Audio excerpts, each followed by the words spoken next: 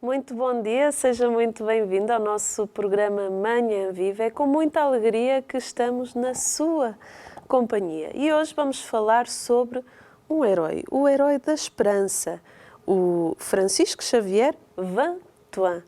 E para isso vou começar este programa com uma frase que vou lê-la. Não é raro no mundo moderno nos sentirmos derrotados, mas a aventura da esperança leva-nos além. Um dia eu encontrei escrito sob um calendário estas palavras: o mundo é de quem o ama e sabe melhor dar prova disso. Quanto são verdadeiras estas palavras? No coração de cada pessoa existe uma infinita sede de amor e nós, com o amor que Deus infundiu nos nossos corações, podemos saciá-la. Também é o autor de duas obras, 5 Pães e 2 Peixes, O Caminho da Esperança. E para hoje nos falar sobre o Cardeal Van Thuan, que é mais conhecido assim, eu tenho aqui o Padre Marco. Muito bom dia. Bom dia, Sandra. Mas antes de começarmos a nossa conversa, vou convidar o Padre Marco a iniciar a nossa manhã com uma oração. Então entregamos-nos no coração da Virgem Santíssima, Virgem do Rosário de Fátima. Ave Maria, cheia de graça, o Senhor é convosco. Bendita sois vós entre as mulheres, bendito é o fruto do vosso ventre, Jesus. Santa Maria, Mãe de Deus, rogai por nós, pecadores, agora e na hora da nossa morte. Amém. E vou convidar o Padre Marco a sentar-se na nossa cadeira para a nossa conversa de hoje. E hoje vamos falar então sobre o Cardeal Van Thuan, mas antes de sabermos de quem foi este Cardeal, Padre Marco, pode-se apresentar? Quem é o Padre Marco? Eu sou o Padre Marco Luís, sou parco em Almada, sou natural de Lamego, nasci e cresci ali junto do Rio Douro, do bonito Rio Douro, aos pés de Nossa Senhora, que invocamos Sim. como Senhora de Remédios, na cidade de Lamego. Uma família cristã, habituado a trabalhar na agricultura e a rezar. A formação humana e a formação espiritual que trago destas terras de Lamego. Assim, resumidamente, mais tarde, com 20 anos, vou estudar para Lisboa.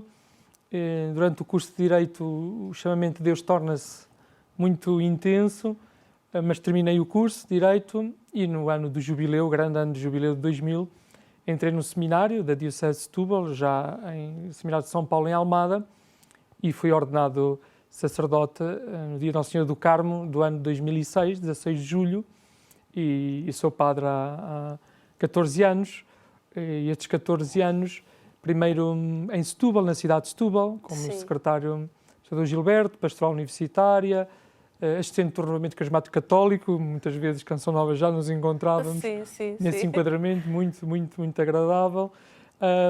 Mais tarde fui parque do Seixal, 6 anos, conciliando também com a pastoral da família e desde há 5 anos sou parco de Almada, onde estou atualmente. Padre, fale-nos um bocadinho dos desafios de ser padre nos tempos de hoje. Ser padre nos tempos de hoje, eu poderia dizer talvez um desafio, claro que ser padre é um desafio muito próprio, específico de ser padre, mas para ajudar a entender os desafios, podia dizer ser cristão hoje, ser católico hoje, ser membro da Santa Igreja hoje, que desafios temos? Eu julgo que temos desafios específicos da vida de padre, de sacerdote, mas temos desafios muito próprios de viver a Igreja e que são desafios face a um mundo que procura razões de esperança, um mundo que sofre, tantas vezes em que se torna a fé numa dimensão subjetiva, que se relativizam as verdades da fé e até diria as verdades humanamente falando. Há todo um choque com o mundo que parece negativo à primeira, mas que tem o seu lado positivo na medida em que as pessoas mais do que nunca procuram e necessitam razões de esperança. E já que estamos num programa a falar do Cardeal da Esperança, se calhar ser um padre da esperança, ser um cristão da esperança, um pai de família com esperança, um trabalhador com esperança, julgo que é o grande desafio de quem tem fé. Quem tem fé vive uma caridade ardente e tem uma esperança que não engana. Por que o seu interesse no Cardeal Van Thuan? Essa história é simples. Eu gosto de me apresentar como um devoto do Cardeal Van Thuan no ano 2000, o cardeal Vantois ainda não era cardeal, foi feito Sim. cardeal a seguir com o cardeal Bergoglio, sabemos hoje em dia o Papa Francisco, e pregou o retiro de Quaresma ao Papa São João Paulo II e à Sim. Cúria Romana. Em 2002 ofereceram-me o livro, que é esse retiro, que é o Testemunhas de Esperança, e ao ler tocou-me profundamente, como muitos de nós, que já conhecemos a figura de Vantois, por tantos motivos que com certeza falaremos mais à frente. E desde aí comecei a rezar mais ao cardeal Vantois, e no início da vida de ministério sacerdotal confiei-lhe muito o ensino superior, nas dificuldades que tinha. Mais tarde fiz a Hora da Esperança com professores e alunos a meio da semana para meditarmos, para rezarmos. E um dia estava em Roma e cruzei-me com o professor do cardeal Vantois, que me disse que gostavam de publicar coisas em português, tinha alguma dificuldade. E disse, olha, eu sou um devoto do cardeal Vantois e trabalho também um pouco com publicações, terei todo o gosto em fazer o que esteja ao meu alcance. Começou uma colaboração desde aí, era o ano de 2014, vão 6 anos, uma colaboração que se foi tornando cada vez mais intensa, de livros em português, das mais diversas iniciativas, e depois ao ponto de um devoto que colaborava, tornei-me colaborador oficial e até chegar a vice-prestador. Da causa, não é? E quem é o cardeal Vantois? Para quem está lá em casa, não conhece... O cardeal Vantois nasceu em abril de 1928, no Vietnã. Tinha outra configuração diferente do que é o atual Vietnã, unificado. Ele vem de uma família de mártires. Ele cresceu a ouvir as histórias dos santos e sendo mártires, ainda para mais sendo da família dele, muitos deles. E o cardeal Vantois tem esse enquadramento que faz com que ele depois vá para o seminário muito cedo, com 11 anos, seminário menor, e depois ordenar-se sacerdote bem jovem, enviado para Roma, formar-se em Direito Canónico, é aí que visita Fátima e Lourdes. Sim. Depois podemos falar um bocadinho da experiência dele na visita a estes santuários. Mais tarde, vigário-geral, grande formador, entusiasta do Vaticano II e da formação dos leigos e também dos sacerdotes, sendo reitor de seminário. O lema dele é Gaudium et Spes, muito na linha sabemos desse documento do Vaticano II, e é ordenado muito cedo, é ordenado em 1967, em abril de 1967, é ordenado bispo, muito jovem, e o Papa Paulo VI fica fascinado com a figura dele, e no meio ou depois, em 1975, bispo coadjutor do Saigão, e aí vai começar logo o seu calvário, ou se quisermos ver de outra forma, o grande testemunho de esperança, que vai ser 13 anos preso. Fale-nos da questão da vida na prisão de cardeal Vantois. O cardeal Vantois, como dizia, foi preso sendo um jovem bispo, o que isso constituiu para ele, desde logo, um choque muito grande, não ter o povo de Deus, que lhe era confiado, ouvir os sinos da catedral e não poder celebrar. Ele depois vai ser transferido para o Vietnã do Norte, num grande navio, e vai estar praticamente 9 anos em isolamento total. Mas ele consegue que lhe façam chegar o que ele denominava o remédio para o estômago, e que não era nada mais nada menos do que o pão e o vinho para celebrar a Santa Missa nas suas mãos, que ele celebrava cotidianamente, passando a Sagrada Comunhão por baixo do mosquiteiro para os outros presos, e organizando na prisão, em 4 alas, a adoração do Santíssimo todas as noites. E em papel de jornal, mas com muito amor. Imaginar que, junto do coração de Vantois, era o sacrário constante e que guardava o Santíssimo Sacramento. Quando nós dizemos que devemos viver na presença do Senhor constantemente, como o cardeal Vantois viveria naquele drama, mas ao mesmo tempo com Jesus que levava a sua cruz. A certa altura, há o que chama a conversão de Vantois, porque ele tem um grande sofrimento por estar ali, oferece, mas a certa altura, um dia, sente que Jesus lhe diz: não as minhas obras, mas eu próprio. Isto é para nós muito em vida de igreja, para quem tem já caminho. Sim. A igreja, muitas vezes, nós realizamos e bem no que fazemos para Deus, mas a fonte de toda a espiritualidade é o Deus de todas as obras, não as obras de Deus. E por isso o cardeal Vantois vai dizer: eu não esperarei mais por amanhã, eu amarei hoje, viverei cada dia com toda essa intensidade, que aliás ele tinha aprendido dos 3 grandes patronos dele, São Francisco Xavier, Sim. apóstolo das Índias, o seu nome. Santa Teresinha Menino Jesus, um grande enamorado, no mandamento da caridade, no doutoramento do amor. Sim. E o Santo Cura de Ars, com uma vida também tão de penitência, Sim. e que o cardeal Vantué vivia na prisão. E por isso ele é um grande modelo eucarístico, em primeiro lugar, e é um modelo mariano, preso num 15 de agosto de 75, e depois vai ser liberto na apresentação, 21 de novembro, passado 13 anos, 1988, não é? 13 anos depois. Então o cardeal Vantué tem assim uma espiritualidade forte, e só a partir daqui se compreende o maior problema que ele arranja na prisão. Qual é o maior problema que Vantué arranja na prisão? O maior problema que Vantué arranja na prisão é tornar-se amigo dos guardas, é converter os guardas, ao ponto que um dia dizem não vamos mudar mais os carcereiros, os guardas, porque ele converte-os a todos e estes já estão perdidos. Não vale a pena. Isto, de facto, é extraordinário.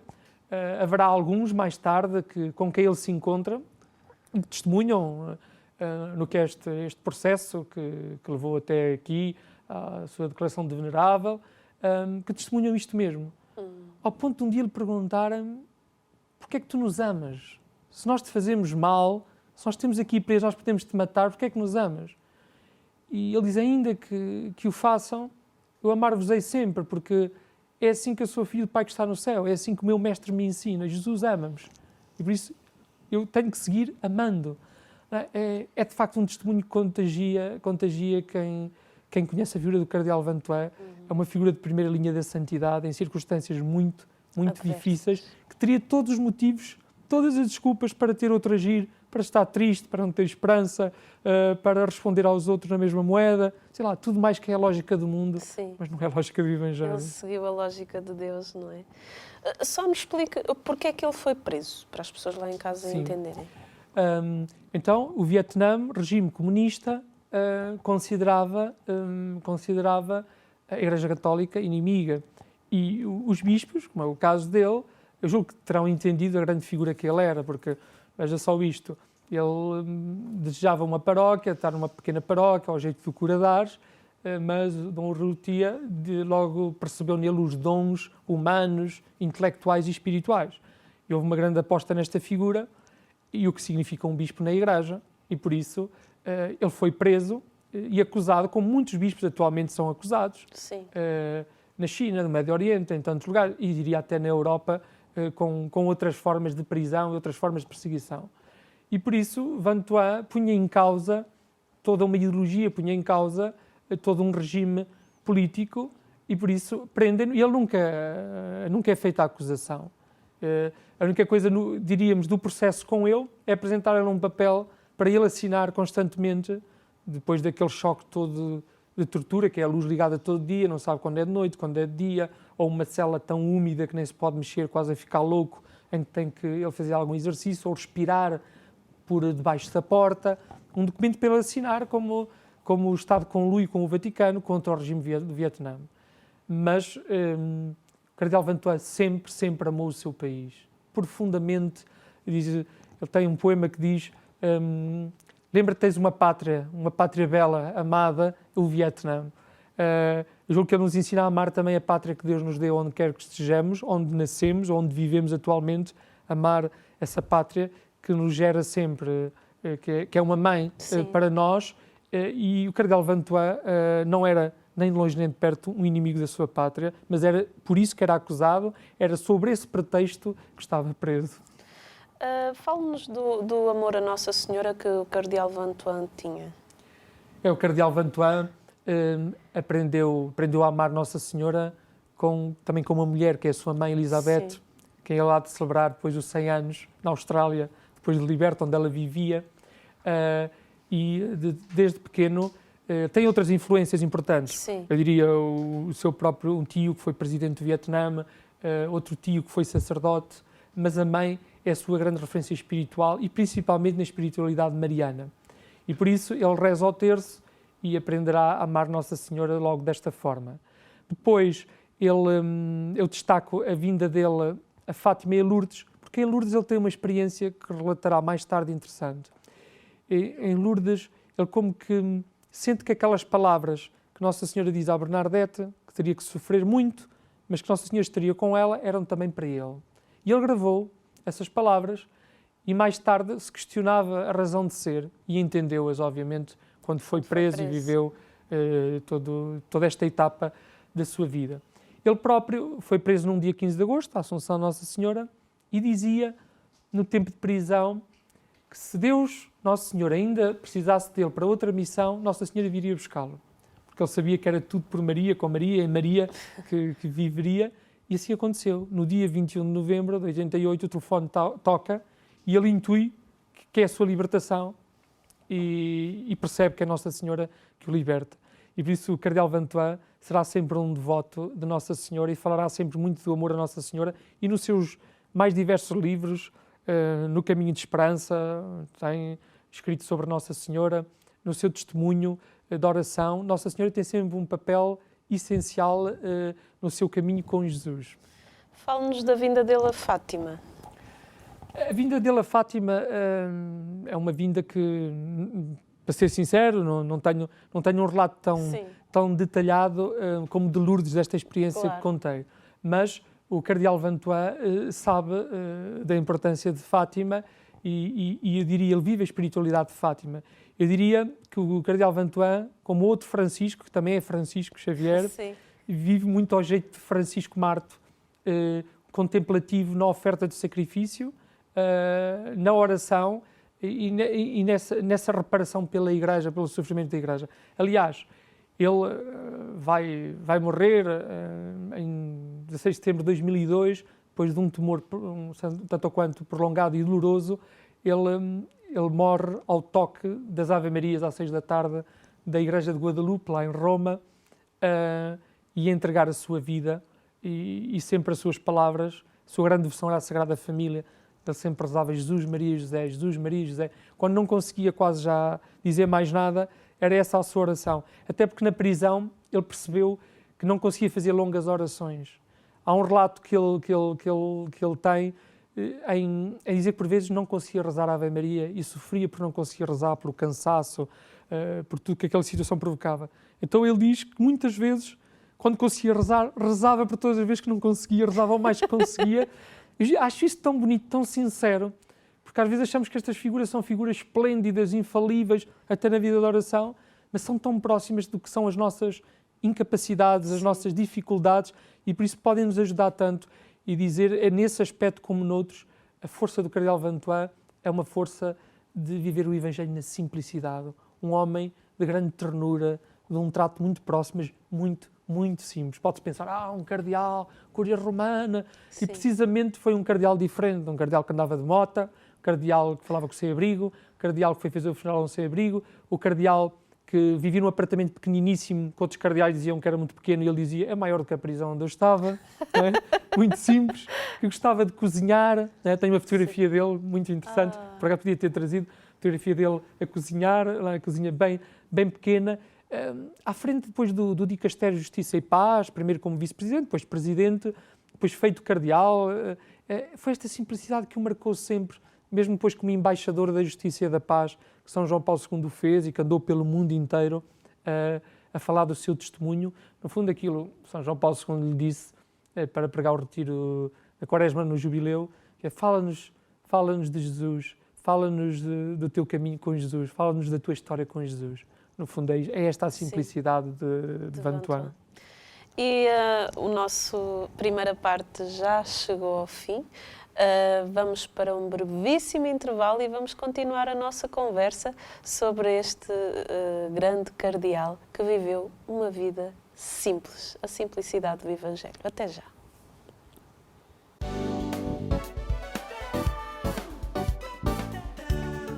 E estamos na segunda parte do nosso programa Manhã Viva. Hoje estamos aqui a dialogar sobre o venerável Cardeal Vantuan, em que o Padre Marco, vice-postulador, certo?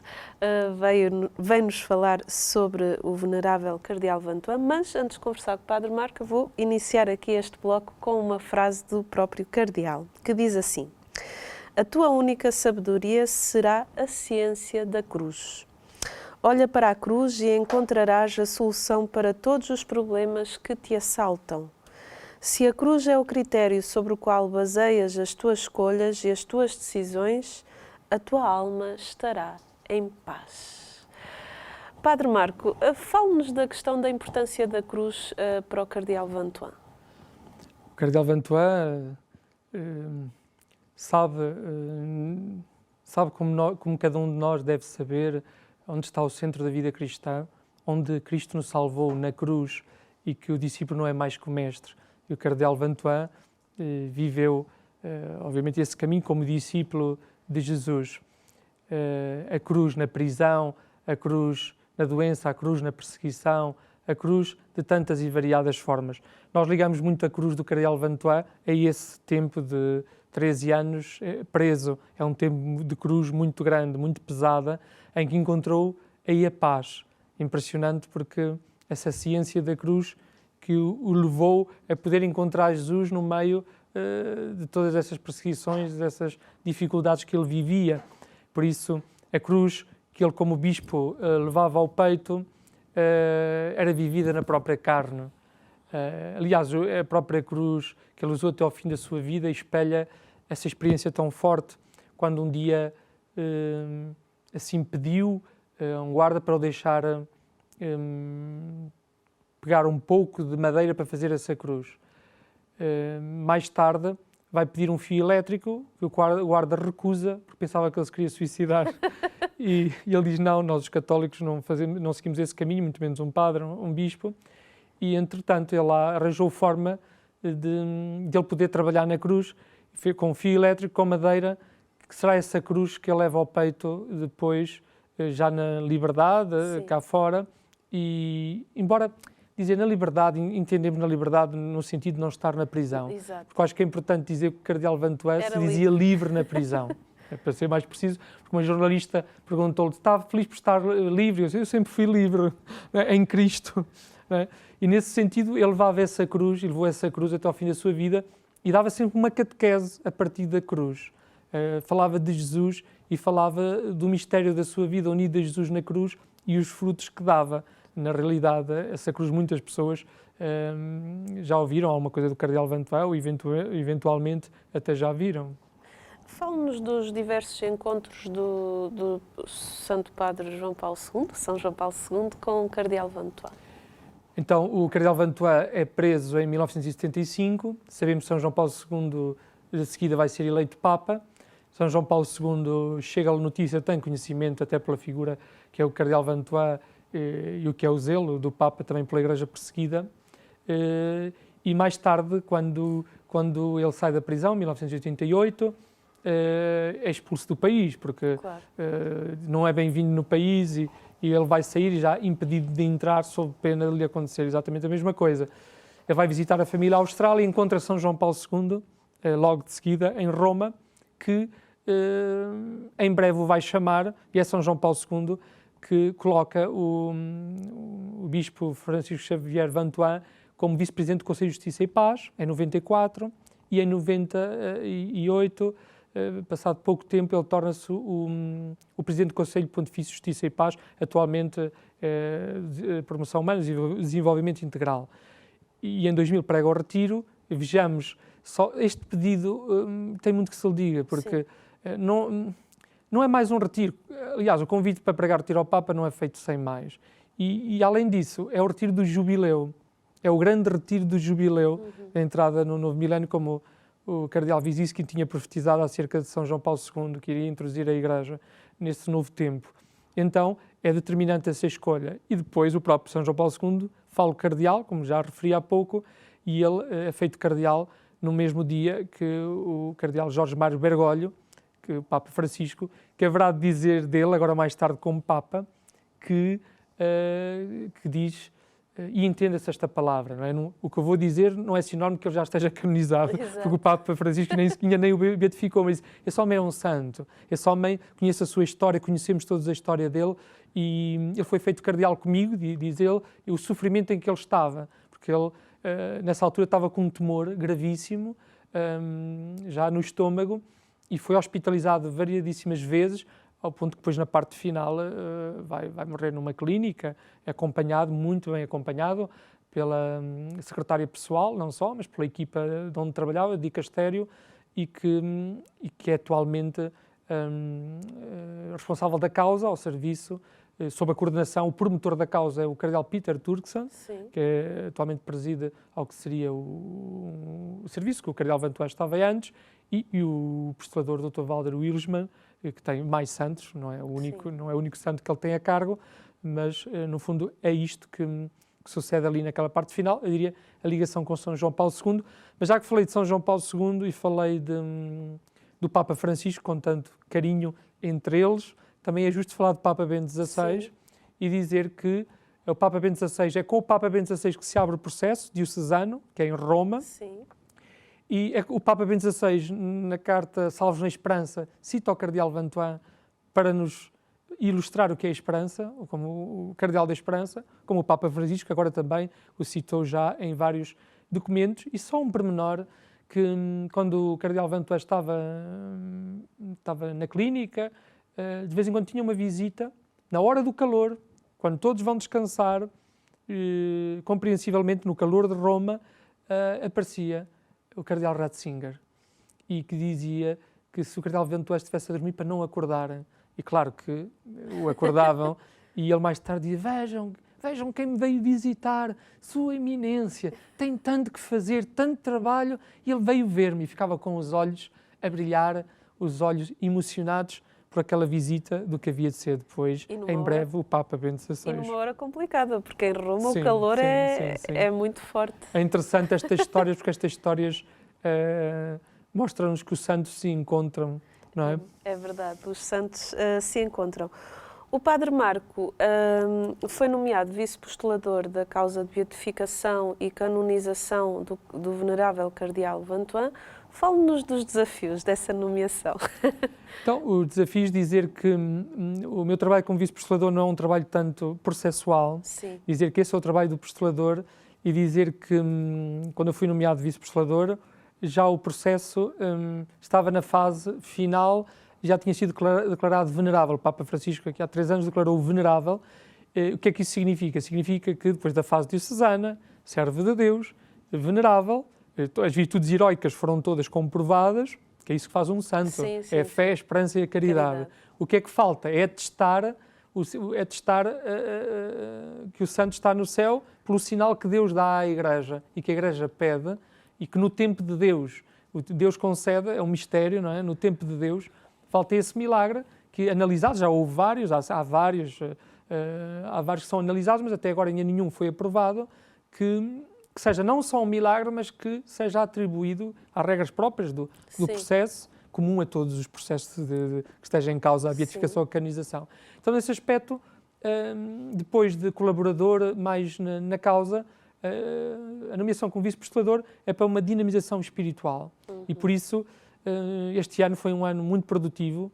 Eu diria que este ano, em tempo de pandemia, que nos sentimos muito presos, reclusos, confinados, como o cardeal Vantuan, ele tornou-se mais falado, mais conhecido e até mais relembrado, na medida em que nos pôde ajudar também a viver estes tempos. E por isso, o site da vice-postulação, as várias traduções de livros, esta pequena publicação, O Herói da Esperança, com ilustrações, de um jeito muito simples para as famílias. Obviamente o nosso panorama é mais o português. Estive em fevereiro em Moçambique, numa missão, o panorama mais em Portugal, desde Portugal para os países de língua portuguesa, mas só para dar um exemplo, agora publicamos esta biografia ilustrada na Polónia. E publicamos também em produção sem ser em papel, em inglês, em francês. Vamos trabalhando também dessa forma e recolhendo testemunhos. Para dar o exemplo, temos um testemunho, por exemplo, de uma família devota de Vantuan, que é a família de um dos maiores malabaristas do mundo, o Paul Ponce, procurarem. Mas há outros testemunhos que nós recolhemos e que vamos... por exemplo, o cardeal Tagle falou aqui há uns tempos do cardeal Vantuan e nós tiramos esse trecho e divulgámo-lo, não é? É um bocadinho... O trabalho de vice-postulador e como equipa de leigos colaboram é de divulgar a pessoa, a figura, a espiritualidade do cardeal Vantuan das mais variadas formas, como tentei aqui um pouco explicar. Sim. O venerável é uma referência de alegria. Porquê? É porque não há um santo triste. É Santo triste são verdade. tristes santos e eu tenho tantos motivos para não ter alegria e, de facto, a esperança que ele tem, que estamos aqui a falar, e aquela delicadeza, aquele cuidado, aquela atenção a cada pessoa, muito própria de uma humanidade em Cristo, Sim. é também, ao mesmo tempo, uma alegria. Eu diria que no Cardeal Vantois é uma alegria muito pacificada. Este é um dos grandes milagres que eu tenho testemunhado na vida de muitas pessoas através do Cardeal Vantois. Aqueles milagres que provavelmente não dão para beatificação, mas que valem muito a pena, Sim. que é a pacificação. Eu já vi morrer pessoas pacificadas porque alguém rezava através do Cardeal Vantois, porque a pessoa rezava com o Cardeal Vantois, famílias desavindas. Uma das especialidades do Cardeal Vantois é ajudar-nos a amar os inimigos e amar a Deus nas contrariedades e viver em paz nesses momentos. Sim. Eu diria que essa é uma das suas especialidades, porque ele viveu isso. Não é? Ele viveu isso nesta terra, no meio de muitas tribulações. E porque o viveu, pode-nos ajudar, a mim, à Sandra, a cada um daqueles que nos acompanha, a viver isto mesmo, que é o Evangelho, que é imitador de Cristo, porque Cristo é que é o nosso modelo, nosso Senhor Jesus Cristo, que é o nosso modelo, obviamente com a Nossa Senhora, com todos os anjos e santos, que são igualmente modelos necessários para nós e que o Cardeal Vantois tinha muito presentes. Quando foi decretado venerável, quais as virtudes em grau heróico que levou a esse reconhecimento? É o processo do Cardeal Vantois, como o processo de todos os santos, que, como sabemos, há um dicastério próprio para a causa dos santos, Sim. que tem procedimentos próprios e que a sua análise se encaminha com esses procedimentos próprios, mas a matéria, o fundamento dos santos, lembro um dia, e permita-me só referir esse episódio, força. porque é relevante não só pelo tema, mas um dia estava à espera de outro cardeal, o cardeal Saraiva Martins, português, Sim. a causa dos santos, e a espera foi um pouco demorada, 1h30, e fomos rezando, conversando com as pessoas que estava, e ele chegou e com um grande sorriso, disse: aqui é a causa dos santos, aqui os santos fazem-se pela paciência, não é? Pela espera também, e nesse sentido o Cardeal Vantois era alguém de esperança, um homem de muita paz, muito pacificado, esta delicadeza com que ele se preocupava se a pessoa tinha comido, se chegou a casa bem, se tinha feito boa viagem, ou as pessoas que ele cuidava no dicastério, que ele queria saber como é que estava cada um, aquele problema do familiar, ou com que tomava café à meia da manhã, ou também a mesma bondade com que ele desaparecia para ir para diante de Jesus no sacrário e rezar por cada um deles. Ele era um verdadeiro pastor. Sim, um verdadeiro pastor. Foi pastor de futuros pastores no seminário, foi pastor dos fiéis leigos com a formação que teve. É um dos poucos livros que não está em português, são as suas cartas pastorais, quase todos os livros estão, e estamos agora a trabalhar no último livro que tem que ver com o Cardeal Vantois, que foi um retiro que ele pregou a sacerdotes em fevereiro de 2002, ele morreu em setembro, um pequeno livro que é Descobrir a joia da esperança, descobrir a alegria da esperança. Sim. E por isso estas são as virtudes com que se analisou a vida do Cardeal Vantois, com que se declarou que é venerável, podemos venerá-lo. Não é? Claro que para nós a honra dos altares é na beatificação, em que invocamos, em que podemos ter imagens, em que podemos fazer tudo isso. E por isso a fé, a esperança e a caridade. É conhecido como o Cardeal da Esperança, mas porque tinha uma profunda fé que cultivava, que soube defender, e a caridade vinha dessa esperança. E acima de tudo perceber que no céu a fé passou, já alcançamos o que esperávamos, e a esperança, não é? Sim. E por isso Deus é amor, Deus caritas est, o que permanece é o amor. Peço-lhe que fale do venerável enquanto testemunho também cristão. Toda a vida dele é um testemunho. Eu diria, até agora não estivemos a fazer outra coisa. Exatamente. Até agora não estivemos a fazer outra coisa. Eu diria que o Cardeal Vantois era um testemunho na sua essência, como nós também devemos ser. Às vezes nós achamos que o testemunho é sinónimo de marketing. Não é? Eu recordo sempre essas palavras sábias de um bispo amigo, que já não vejo há muitos anos, mas que a Canção Nova tem uma ligação também especial em Toulon, no sul de França, Dom Dominique Rey. Quando esteve entre nós e quando visitei lá a Diocese, ele dizia: evangelizar é um acto de amor, não é um acto de marketing. Exatamente. Mesmo que nós, e estamos aqui em âmbito de Canção Nova, onde temos boa gente, profissional, com muita dedicação e que sabe fazer bem as coisas, mas o que faz é por amor a Nosso Senhor Jesus Cristo. É para evangelizar, é para levar este amor aos corações de tantos irmãos e irmãs nossas, e de outros que ainda não conhecem a Jesus. Neste aspecto, eu diria que evangelizar é testemunhar. Lembro de um jovem bispo que esteve na organização das Jornadas Mundiais da Juventude de Sydney, na Austrália, Joe Greg, e que ele dizia sempre aos sacerdotes: não vos esqueçais de testemunhar na vossa vida, com a vossa vida, às pessoas que vos estão confiadas aquilo que Deus faz em vós, através de vós. E muitas vezes nós achamos que temos de ser uma espécie de professores ou mestres que não damos testemunho. E este dar testemunho, por vezes, passa por assumir a nossa própria fragilidade, não é? Exato. Porque o cristão não é um super-homem.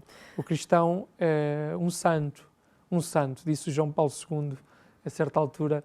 Um santo é um pecador que nunca desiste. É verdade. Então, nesse sentido... Eu gosto muito dessa frase, que é a mais pura verdade. Quais foram as pessoas que mais marcaram o cardeal Vantuan, para além da mãe, Claro. né, que já nos falou aqui, mas quais foram as pessoas que o marcaram profundamente na sua história de vida? Olha, como nós na biografia ilustrada e em outros textos, aqui há uma parte que até está aqui desenhado e pintado, o encontro com o seu bispo, Dom Urrutia, que lhe disse, quando ele disse que o seu sonho era trabalhar numa pequena paróquia, provavelmente isso nunca aconteceria, pois via nele todas as qualidades para ser um bom líder. E assim o jovem padre Tuan trabalhou em grandes paróquias vietnãs, estudou em Roma e foi reitor de seminário. Mas antes disso, e juntamente com os pais, especialmente com a mãe, já ele tinha a influência dos seus tios. Tinha o seu tio Tuque, que era sacerdote, e Diame, seu padrinho, que o levavam a passear e que lhe falavam muito de Deus e lhe contavam histórias com muita pedagogia. Então eu diria, a mãe, especialmente, os seus tios, Diame e Tuque, o seu bispo Dom Urrutia, que foi quem viu nele todos estes sinais do que Deus tinha previsto nos seus desígnios para ele, e depois tantas mais pessoas que ele foi encontrando. Eu diria até a sua vida sacerdotal, a sua entrega a Deus Nosso Senhor, são estas as figuras e que permanecerão ao longo da sua vida, porque a marca de uma mãe na nossa história, a marca de um tio sacerdote, a marca do nosso bispo, não é? O bispo que nos acolhe no seminário, o bispo que nos ordena, o bispo que nos envia, e depois todos os bispos também nessa sucessão. Mas claro, eu diria também, há muitos outros fieleigos, amigos. Cardeal Vantuan tinha uma grande facilidade de conversar, de criar relação e de marcar, eu diria isto, de marcar as outras pessoas. Quem encontrou o Cardeal Vantuan, e há pouco a Sandra perguntava-me isso sem estarmos em gravação, Sim. desculpa por partilhar, perguntava-me se eu tinha conhecido pessoalmente o Cardeal Vantuan. Não conheci pessoalmente o Cardeal Vantuan, o que não diminui, claro.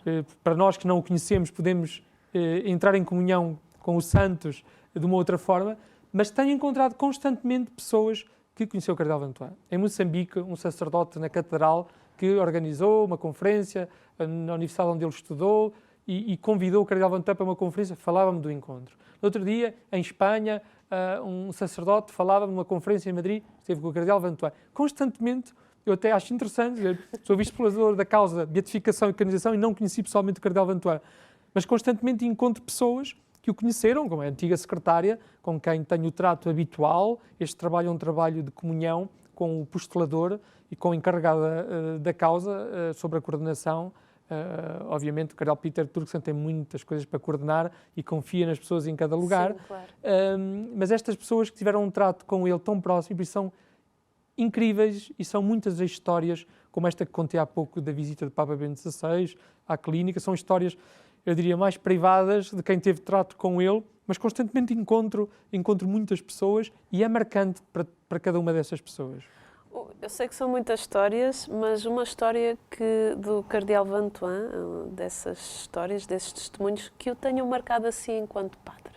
Eu fiz um certo sorriso, porque assim aqui a grande velocidade vindo ao Espírito Santo para responder à pergunta da Sandra, disse que difícil. Que pergunta tão difícil. E depois olhei para as flores que tenho ali em frente. Olhei para as flores e pensei nessa história em que um dia alguém entrou no gabinete do Cardeal Vantuan e perguntou: Eminência, que flores são essas? E eram umas flores de plástico. Umas flores de plástico que ele tinha ali. E ele disse: sabes o que é que são estas flores? Sabes quantas flores estão aqui? Estão aqui, se não me engano, 22 flores. E cada flor Cada flor que aqui está representa cada uma das pessoas, como tu, que trabalham aqui neste dicastério e que eu tenho que cuidar, que Deus cuida através de mim, que é preciso regar, cuidar, amar. E então a pessoa com humor respondeu: Iminência, que bonito, mas então deixe-me limpar as flores. Flores de plástico, estava a ficar um bocadinho com poeira, não é? É uma história tão simples, mas tão verdadeira. Eu diria que parece quase infantil. Não é por acaso que Santa Teresinha era um grande amor do cardeal Vinteuil, era um dos seus modelos protetores, além de São Francisco Xavier e do Cura de Ars. E esta é a simplicidade que falávamos, a simplicidade dos santos. Ele tinha um coração de criança. Exatamente, simples. Quem quiser ser grande, seja pequeno. O reino dos céus para aqueles que são como as crianças. Se não vos tornares como crianças, não entrareis no reino dos céus. Que etapas se seguem após a declaração de venerável, para quem está lá em casa? Então, como há pouco já fui tentando explicar, com a declaração de venerável, o processo, a avaliação da Igreja sobre a sua vida, matéria de fé, esperança e caridade, também de moral e costumes, todos os testemunhos que foram possíveis recolher, que foram analisados, são aprovados. Há uma declaração da Igreja que aprova tudo isso e, sob o ponto de vista processual, o que há a fazer depois da venerabilidade é a análise, e isso nem compete em primeiro lugar à causa. À causa compete recolher, promover para que isso aconteça, ser instrumento para que isso aconteça, recolher, caso isso aconteça, e fazer chegar ao lugar próprio, a causa dos santos, às comissões próprias de Igreja, que analisam a veracidade do milagre e a atribuição do milagre. E quando eu digo a atribuição do milagre, aqui uma coisa muito simples, que eu acho que é interessante partilhar com as pessoas, porque muitas vezes estamos numa situação difícil e pedimos a Deus Nosso Senhor, a todos os anjos e santos que nos ajudem, e é bem, todas as ajudas são bem-vindas, mas num processo é preciso fazer prova que aquele milagre aconteceu por intercessão daquele santo. Imaginemos alguém que está com uma doença, normalmente é típico, os únicos milagres não são esses, mas são os mais habituais, é uma doença incurável, que não dá para explicar, que a ciência não explica e que se invoca que houve um milagre. A pessoa diz que rezou. Eu pedi, através do cardeal Vinteuil, pedi a Nossa Senhora, pedi a São José, ainda serve, mas se eu acrescentar, mas também pedi a São João Paulo II, tenho devoção, e pedi ao Beato Carlo Acutis para ser já canonizado rapidamente. A questão é, como é que se prova qual deles é que intercedeu, qual deles foi Deus quem fez, nisso não há dúvida, mas através de quem? Isto é uma questão técnica, para as pessoas pode parecer estranho. Claro que, sob o ponto de vista do nosso bem espiritual, e permitam-me isto para não estar aqui a falar como um técnico que parece que não enquadra a espiritualidade, o que importa é a amizade com Deus Nosso Senhor e na comunhão dos santos. E alegramos-nos por se acontece essa cura, se é para a maior glória de Deus e para o bem da pessoa, não é? Com certeza. Mas, sob o ponto de vista da análise do processo, o que está ali em causa não é alegrarmos por a cura da pessoa, pelo milagre na vida da pessoa. O que está em causa é analisar a intercessão daquela pessoa, neste caso do cardeal Vinteuil, se operou ou não, para assim a Igreja poder, com a seriedade que tem estes processos, aprovar esse milagre, como sendo um milagre que permite marcar a beatificação ou a canonização, se for o caso a seguir. Padre Marco, muito mais teríamos a falar, mas quero convidá-lo a terminarmos o nosso programa fazendo a oração para a possível beatificação do cardeal Vinteuil. Muito bem, com muita alegria e talvez, quem sabe, ao rezarmos esta oração juntos, quem sabe alguém vai pedir neste momento e quem sabe podemos alcançar esse milagre, porque há pouco falávamos de tantos milagres que têm surgido, comentávamos, do Brasil, de Carlo Acutis, pelas mãos do vice-prestorador, o Padre Tenório, deu-me que pensar, não é? Ou Francisco e Jacinta, Santa Jana Breta Mola, Madre Teresa Calcutá, não é? E comentávamos, porque onde se pede também se recebe, não é? É verdade. Então possamos nesta tarde pedir, e aqui depois farei uma breve pausa, não certamente a dizer, pedimos a graça que queremos, não é? E se alguém alcançar essa graça, pode depois escrever para a Vice-Prestolação Vinteuil, ou melhor do que isso ainda, porque nós estamos ligados a Roma, no próprio site, encontram informação para enviar esse relato. Força. Deus omnipotente e eterno, Pai, Filho e Espírito Santo. Dou-vos graças por teres dado à Igreja o testemunho heroico do cardeal Francisco Xavier Vantuan. A experiência sofrida no cárcere, vivida em união com Cristo crucificado e sob a proteção materna de Maria, gerou um testemunho resplandecente para a Igreja e o mundo, de união e perdão, de justiça e paz. A sua pessoa amável e o seu ministério episcopal irradiaram a luz da fé, o entusiasmo da esperança e o calor da caridade. Concedei-me agora, pela sua intercessão, segundo a vossa vontade, a graça que eu imploro. Cada um pede no íntimo do seu coração, com muita confiança, através do cardeal Vantuan. Isto na esperança de vê-lo o quanto antes e levado à honra dos altares. Amém. Glória ao Pai, ao Filho e ao Espírito Santo. Como era no princípio, agora e sempre. Amém. Amém. Padre Marco, muito obrigada pela sua presença aqui no nosso programa. Eu que agradeço, Sandra, à comunidade de Canção Nova, mais uma vez, por este convite, não só em nome pessoal, mas obviamente em nome da equipa da causa, em nome desta causa de beatificação e canonização do cardeal Vantuan, por mais esta ajuda que a Canção Nova dá. Sim. Com este convite, com esta oportunidade de aqui estar. Caso alguém queira entrar em contato convosco, como é que tem que fazer? Muito simples, basta procurar a Vice-Prestelação Vantuan, a Vice-Prestelação Vantuan, e aparece logo o site com vários documentos, também com algumas coisas produzidas com a Canção Nova. Sim. Precisamente. Tivemos um programa A Caminho do Céu. Sim. Que já foi com o cardeal Vantuan, e ali os contactos, as informações e algo que seja necessário, assim a equipa tentará responder de acordo com as possibilidades. Padre, muito obrigada pela sua presença, que nós sejamos também heróis da esperança e semeadores da esperança. Hoje o nosso mundo, como está, precisa que nós, a cada dia mais, sejamos esses heróis e semeadores da esperança. Até ao próximo programa, que Deus o abençoe e continue com a nossa programação.